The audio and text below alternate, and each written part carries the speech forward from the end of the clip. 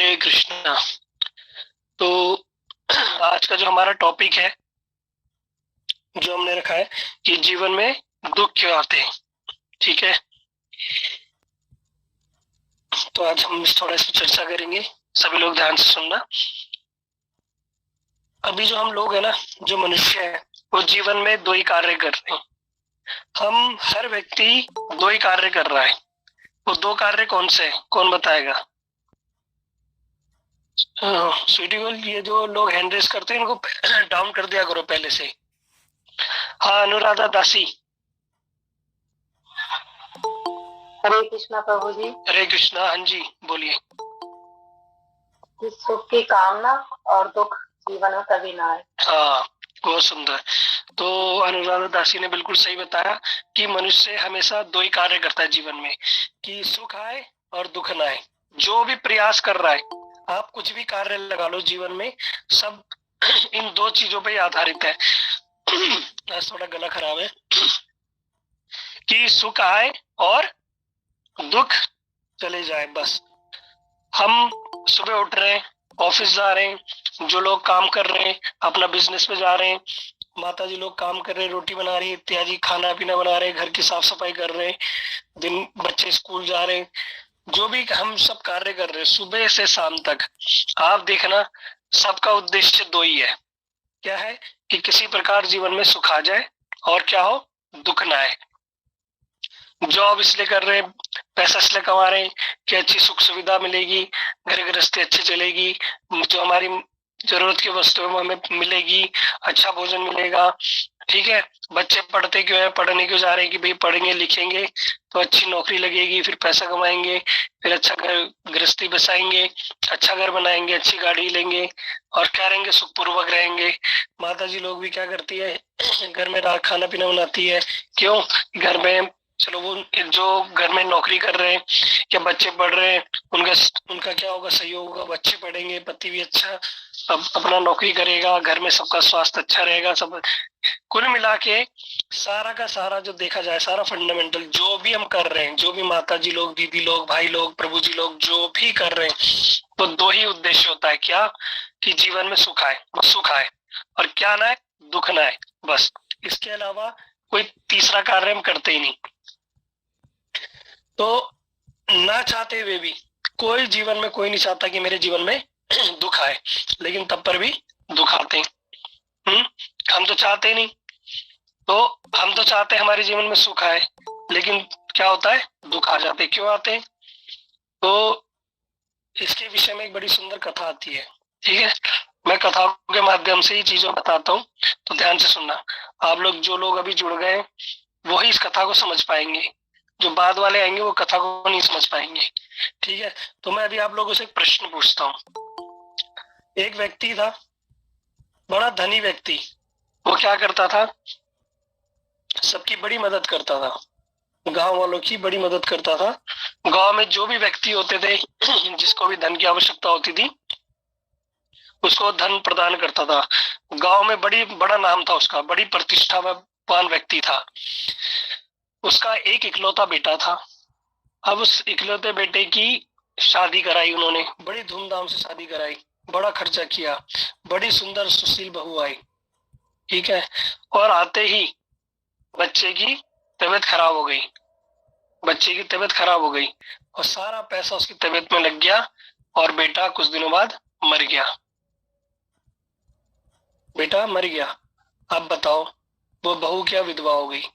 नई नई शादी हुई थी, एक महीने के अंदर ही विधवा हो गई। माता, उसकी माता का इकलौता बेचा था, वो भी संतानहीन हो गई। पिताजी का इकलौता आश्रय था, वो आश्रयहीन हो गए। बच्चा एक महीने के अंदर ही मर गया। अब बताओ, अच्छा हुआ बुरा हुआ? बताओ, वैसे ही बोल दो, बिना हैंड रेस किए ही बोल दो। बुरा हुआ, बुरा हुआ प्रभु जी। हाँ, ऑब्वियसली है ना।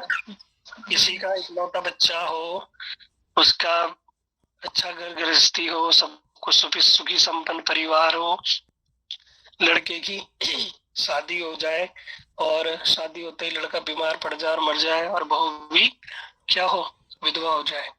ये सत्य घटना है, ये सच्ची घटना है।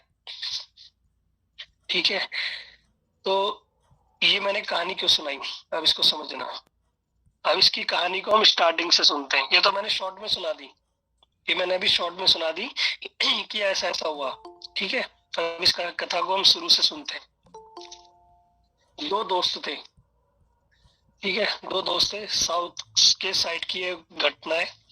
दो दोस्त थे, दोनों गरीब परिवार के थे, बड़े गरीब परिवार के। और दोनों कैसे थे, बिल्कुल जिगरी दोस्त कहते हैं ना, बचपन से ही पढ़ाई लिखाई स्कूल जाना सबको, दोनों एक ही साइकिल में स्कूल जाते थे, एक ही साथ आते थे। कोई किसी के घर भी रुक जाता था, किसी के घर में भी बैठ के पढ़ाई कर लेते थे, किसी के घर में भी खा लेते, बड़े जिगरी दोस्त। अब दोनों दोस्तों ने सोचा कि भैया हमारे घर गृहस्थी का जो हमारा जो परिवार है वो बड़ा ही गरीब है। ठीक है, वो हमें इतना हम पे खर्चा कर नहीं सकता कि हम बढ़िया बढ़िया कोर्स करें, है ना, शहरों में जाए, अच्छी पढ़ाई कर सके। तो हम क्या करते हैं, कुछ ऐसा काम करते हैं कि जिससे हमारे घर वालों पे बर्डन भी ना हो और हमारा काम भी बन जाए और हम जीवन में सक्सेसफुल भी हो जाए। तो दोनों ने विचार किया हम क्या करते हैं, किस कोई बिजनेस करते हैं। अब उन्होंने कहा भाई बिजनेस तो करेंगे, लेकिन बिजनेस करने के लिए पैसा कहाँ से आएगा। तो दोनों के दोनों अपने घर वालों के पास गए। तो दोनों अपने घर वालों के पास गए, तो घर वालों ने बोला कि भैया, कुल मिला के दोनों घर वालों ने बोला कि भैया हमारे पास सिर्फ 20,000 रुपए है। ठीक है, एक परिवार ने बोला 20,000 रुपए, दूसरे परिवार ने बोला मेरे हमारे पास भी लगभग इतने ही है। तो अब इन 20,000 से तुम चाहे पढ़ाई करो, चाहे कोर्स करो, चाहे बिजनेस खोलो, वो तुम्हारे लिए, अब तुम्हें जो करना है करो। तो दोनों के परिवार वालों ने दोनों लड़कों को 20-20 हजार रुपए दे दिए कि अब तुम्हें जो करना है भविष्य में जीवन में तुम वो कार्य करो। अब दोनों सोचने लगे कि अब करना क्या है।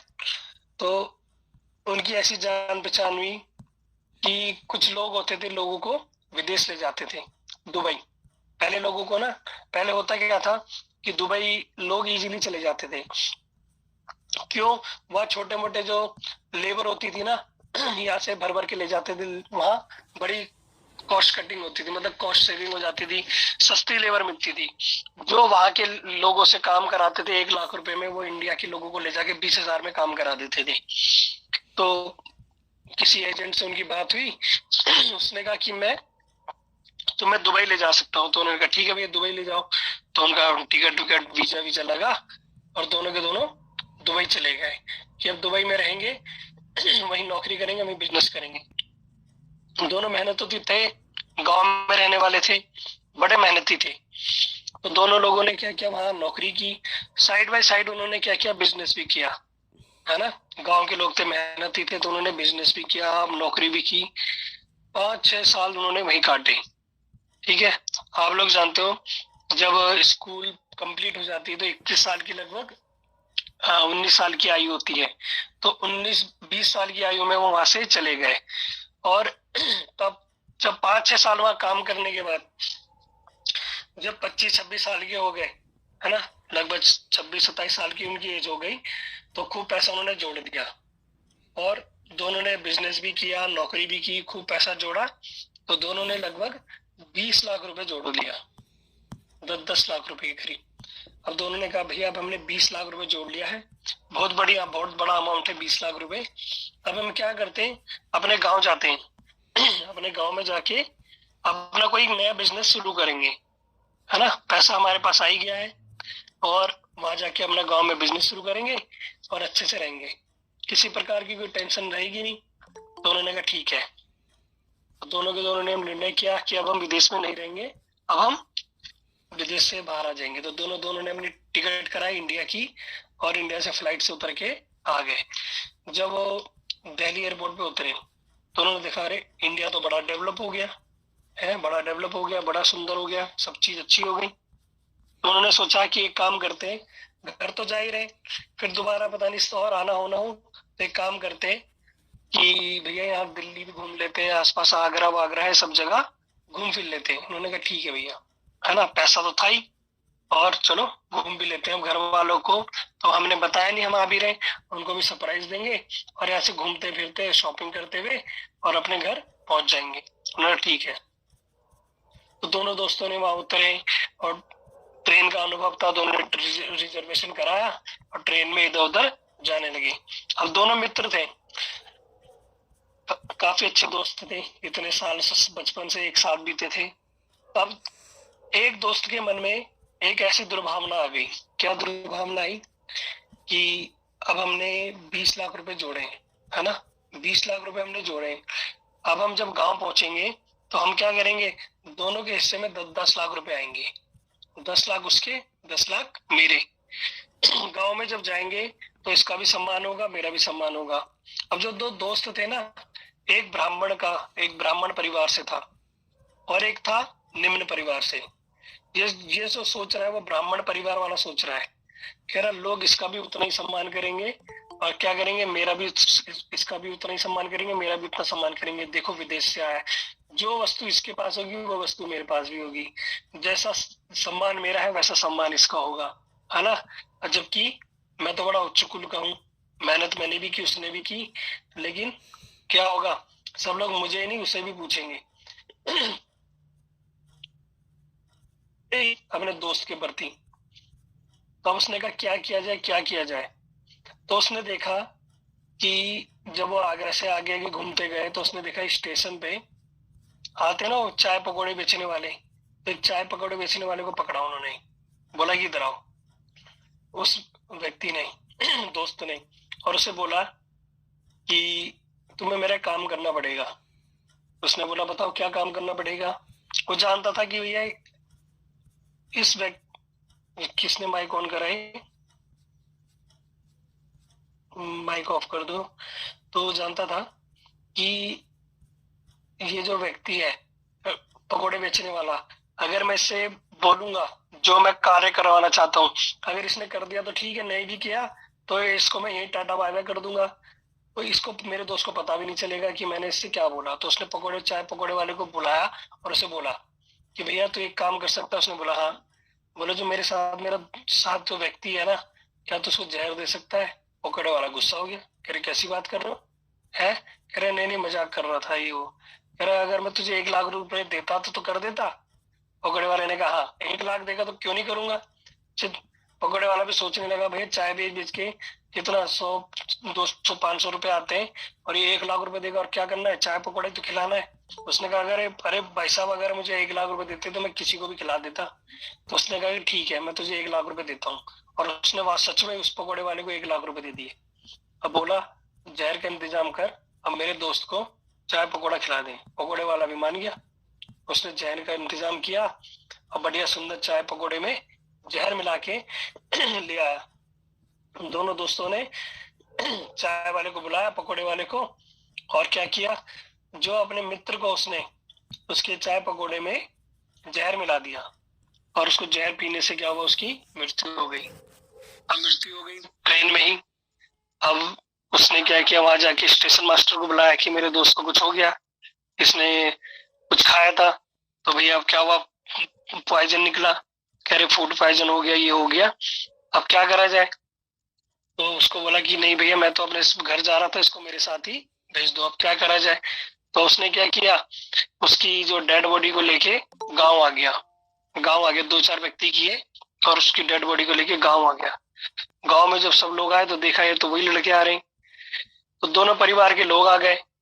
लेकिन उसने क्या किया, उसने वहां जाके बोला कि हम तो विदेश में तो थे, एक साथ थे, और जब हम इंडिया आए तो हमने रास्ते में कुछ खाया और उसकी फूड पॉइजनिंग की वजह से इसकी तबीयत खराब हो गई और इसकी मृत्यु हो गई।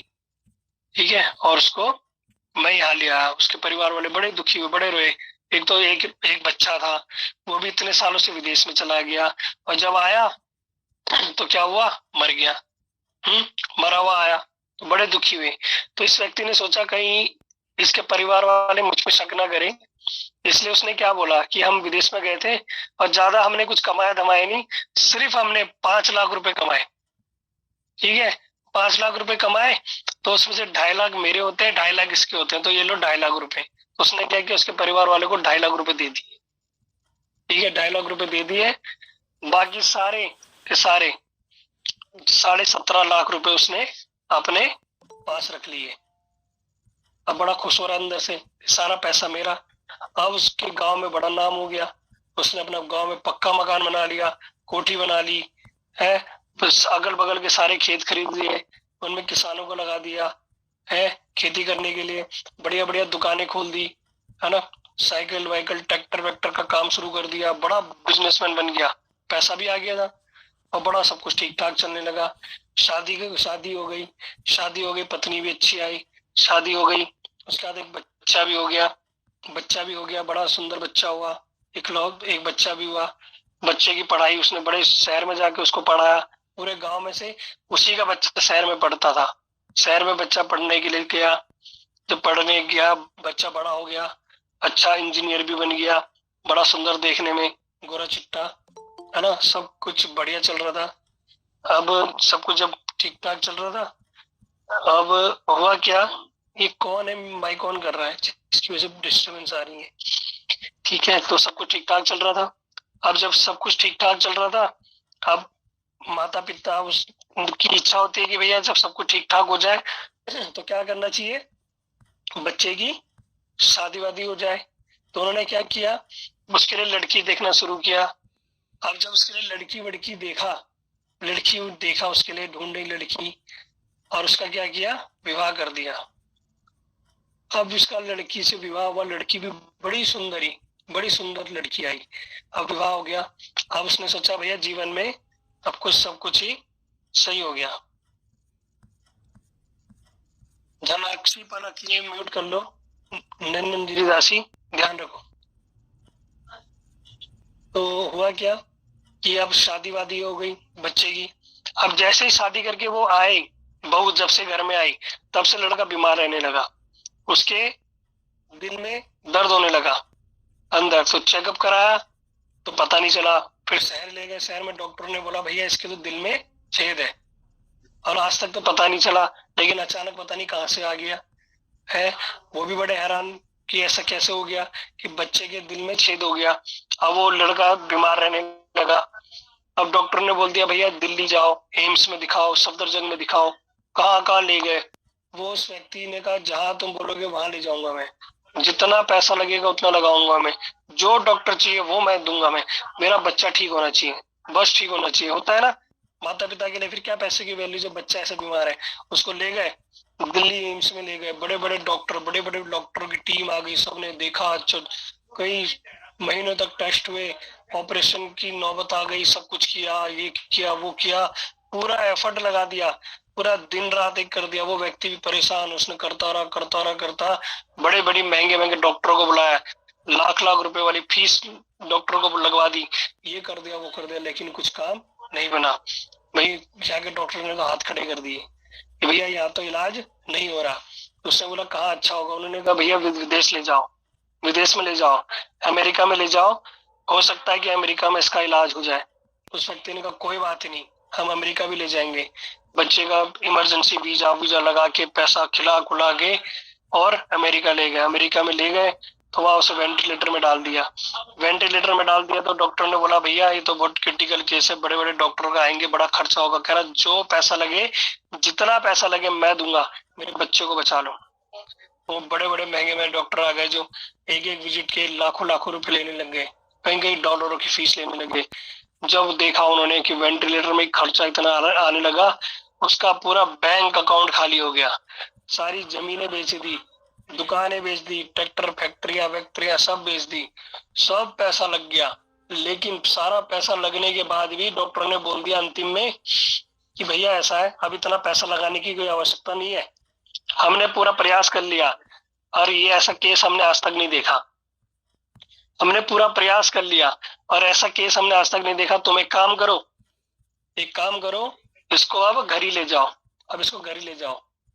अब घर में ही रखो इसे, क्योंकि ये कुछ दिन का मेहमान है, इसको घर रखो तो कम से कम परिवार वालों के साथ अंतिम समय में घर में रहेगा तो अच्छा है। वो व्यक्ति रोने लगा, डॉक्टरों के पैर पकड़ लिए कि नहीं भैया इसे बचा लो।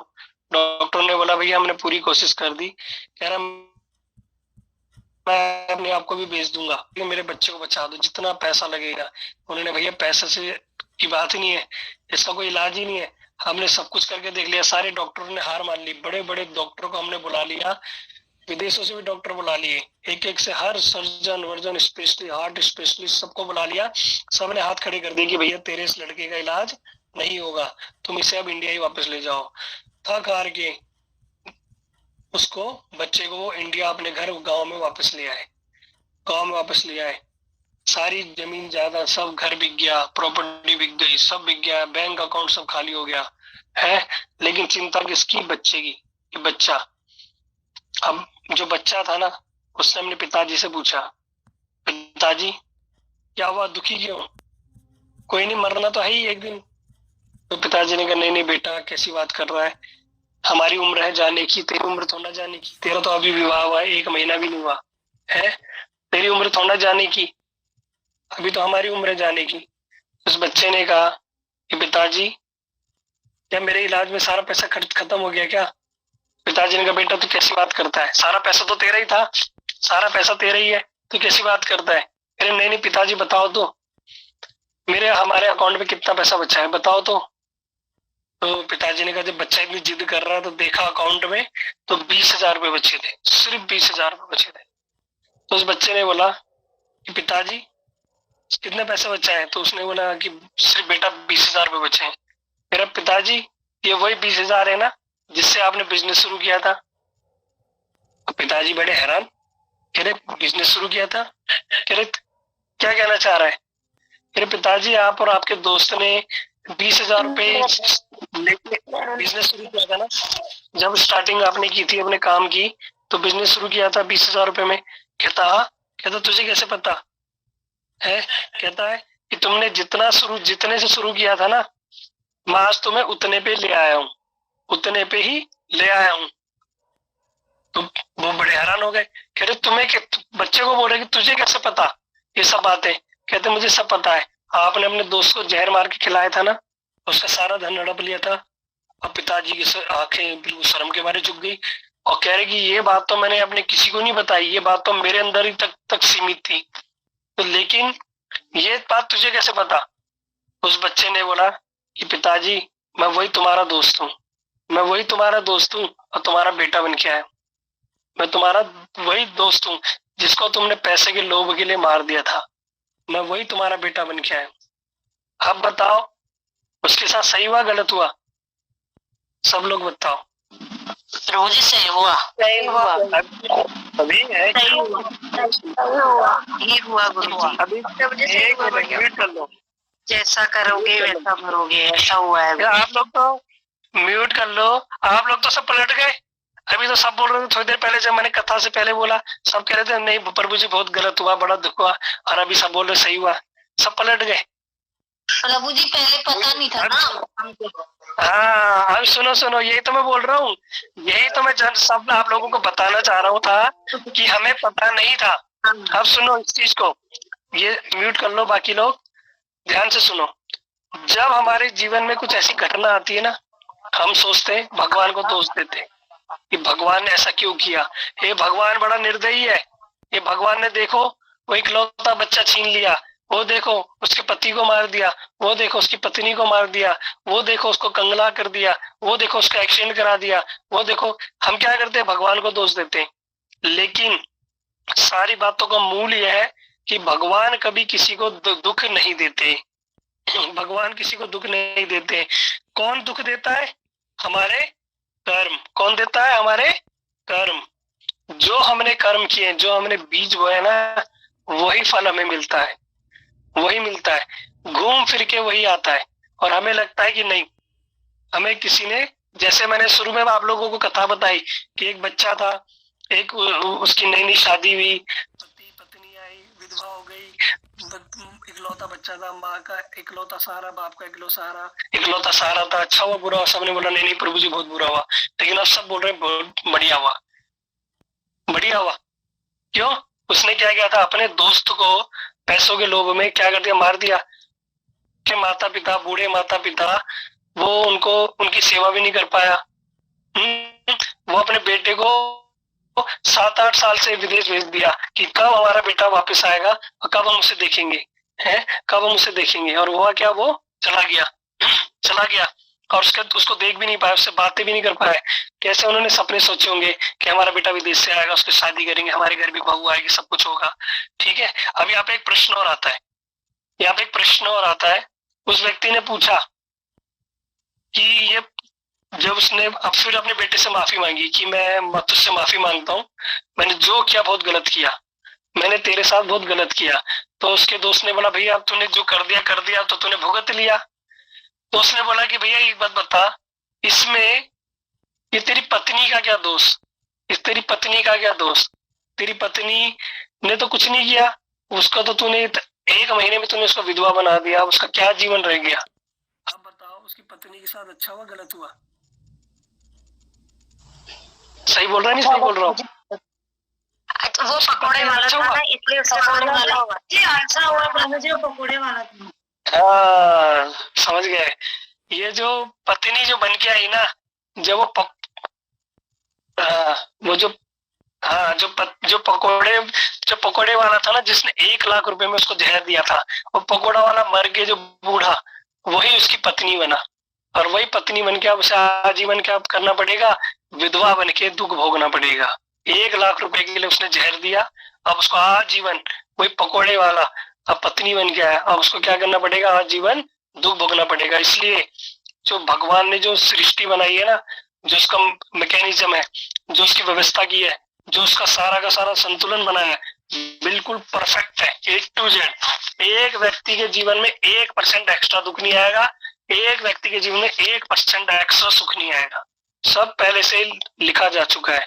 कब लिखा जा चुका है? हमारे प्रारब्ध में सब हमारा पहले से लिखा जा चुका है। अब ये तो सोचो, इसे बोलते हैं इंस्टेंट कर्मा, उसी जीवन के मिल गए जो बहुत कम लोगों को मिलते हैं। लेकिन क्यों ऐसे कम लोगों को बहुत क्यों मिलते हैं? इसलिए मिलते हैं क्योंकि हमारे पूर्व जन्मों के इतने इकट्ठा हो रखे हैं कि इस जीवन के तो हमारे और क्या हो रखे हैं, सेव हो रहे हैं। समझना इस बात को। तभी तो हम 84 लाख योनि में भटकते रहते हैं। क्यों भटकते रहते हैं? क्योंकि हमारे पूर्व जन्मों के जो कर्म है, जो पूर्व जन्मों में हमने करा है, वो इतना इकट्ठा हो रखा है, इतना इकट्ठा हो रखा है, उसको जब तक वो खत्म नहीं हो जाता तब तक हमें क्या करना पड़ेगा, संसार चक्र में आता रहना पड़ेगा, आना पड़ेगा। और आएंगे तो सही, वो पुराने वाले को भोगेंगे, लेकिन पुराने वाले को भोगते भोगते इस जीवन में जो बना लिया वो इकट्ठा हो गए, तो कभी हम इस संसार चक्र से कभी बाहर नहीं जा पाएंगे। इसी संसार में बार बार भटकते रहेंगे और ऐसे दुख कष्ट भोगते रहेंगे। तो क्या है फिर विधि? क्या है इस संसार चक्र से बाहर निकलने की विधि? क्या है? विधि है ना तो हमें पाप करने ना पुण्य करने। आप बोलोगे प्रभु जी ये तो समझ आया, पाप नहीं करने, पुण्य क्यों नहीं करने? पाप करोगे तो भी फल भोगना पड़ेगा, पुण्य करोगे तो भी फल भोगना पड़ेगा। कैसे भोगना पड़ेगा? तो भी अगर आपने किसी की मदद की, हॉस्पिटल खोला, किसी गरीब की मदद की, कुछ किया है ना, किसी का सहायता कर दी, किसी को आंखें डोनेट कर दी, किसी को ब्लड डोनेट कर, कुछ भी करा, पुण्य किया तुमने, तो तुम्हें दोबारा जीवन मिलेगा। और जिसके साथ तुमने पुण्य किया था वो भी तुम्हें वो वस्तु प्रदान करेगा, है ना, वो भी तुम्हें फल मिलेगा, वो भी तुम्हें मिलेगा। तुमने किसी को 1 लाख रुपए दान दे दिए, कुछ कर दिया, तो तुम्हें भी दोबारा जन्म होगा, वो कोई भी तुम्हें 1 लाख रुपए वो तुम्हें वापस मिलेगा। तो ये हो गया पुण्य। पाप हो गया जो तुमने कुछ किया वो भी तुम्हें वापस मिलेगा। तो दोनों ही हमें क्या करते हैं, संसार चक्र में बांधते हैं, पाप भी और पुण्य भी। तो फिर करे क्या? तो करनी है भक्ति। भक्ति भक्ति करनी है। अपने हर क्रिया को, हर जो कार्य कर रहे हो उसे भक्ति में जोड़ दो, हर कार्य को भक्ति में जोड़ दो, उसका कोई कर्म फल नहीं बनता। भक्ति एकमात्र ऐसी वस्तु है जिसके लिए हमें संसार चक्र में वापस नहीं आना पड़ेगा। ये क्या करेगा, हमारे कर्म के जो पहाड़ बने ना बड़े बड़े, पता नहीं किसके हम में से किसके कितने कितने पहाड़ होंगे। कहते हैं अनंत जन्म भी ले लो तब भी खत्म नहीं होने वाले, इतने पहाड़ है हम लोगों के। ये शास्त्रों में बताया गया, मैं नहीं बता रहा, इतने पहाड़। अब वो खत्म होने में पता नहीं कितना समय लगेगा, कितनी बार हमें इस संसार चक्र में आना पड़ेगा, भोगना पड़ेगा, किस किस योनि में जाना पड़ेगा, क्या क्या भोगना पड़ेगा। अभी मैं दिन में नोएडा जा रहा था तो मैंने रास्ते में देखा एक बंदर पड़ा हुआ है, उसको कोई गाड़ी वाला ठोक के चला गया होगा या गाड़ी में कैसे कुछ करा होगा, पूरा उसका शरीर छिला पड़ा था, सर्दी का समय, और वो साइड में बैठ के ठिठुर रहा था। अब हम जैसा कोई व्यक्ति इंसान होता तो उसको कोई डॉक्टर के पास ले जाता, हॉस्पिटल ले जाता, कपड़े पहनाता, और वो ठिठुर रहा और वो चलने में भी असहाय और सर्दी भी लग रही। मैं इसको देख के मेरे को बड़ा वो लगा कि मैंने कहा देखो क्या इसकी क्या योनि क्या गति हो रही है। तो ऐसा ये नहीं कि वो हमारी भी स्थिति होगी, पता नहीं किसी जीवन में ऐसी, हम भी भाई कहीं ठोके पड़े होंगे, शरीर से खून निकल रहा होगा, सर्दी में मर रहे होंगे। अभी तो बाहर इतनी सर्दी पड़ रही है, कुत्ते गाड़ियों के नीचे घुसे पड़े रहते हैं कि थोड़ा गाड़ी गर्म रहेगी तो गर्माहट मिलेगी, सुबह ठंडा हो जाता है तो फिर भाग के कहीं और भटकते रहते हैं, तो भटकते रहते हैं कहीं ठंड मिले। वृंदावन में हम जाते तो बंदर सारे इकट्ठा होके बैठ जाते हैं कि एक दूसरे से गर्मी मिले, ठंड में मरते रहते हैं। तो क्या है, पता नहीं हमें किस किस योनि में कितना भटकना पड़ेगा। तो कहते हैं इस भटकने वाली जो चीज को ना, इस कर्म फल को क्या करो, जीरो करो, जीरो करो। कैसे जीरो होगा? जीरो करने का एक ही तरीका है, वह एकमात्र भक्ति। जितना हम अधिक से अधिक भगवान का नाम का जप करेंगे ना, उतना उतना जल्दी हमारे कर्मों का पहाड़ है ना सारा समाप्त होगा। और क्या करना है, इस जन्म से ही हमें क्या करना है ना, प्रण करना है, ना हम पाप करेंगे ना पुण्य करेंगे, क्या करेंगे, भक्ति करेंगे। अब कुछ लोगों का प्रश्न है कि जब मैं ये बात बोलता हूँ कि पाप और पुण्य नहीं करना, तो कुछ लोग कहते हैं कि प्रभु जी क्या भिखारी को नहीं देना, क्या दान नहीं करना, क्या सेवा नहीं करनी, ये नहीं करना। अब इस चीज को हम अच्छे से समझने के लिए कल मैं इस एक अलग से क्लास लूंगा कि करना क्या है क्या नहीं करना।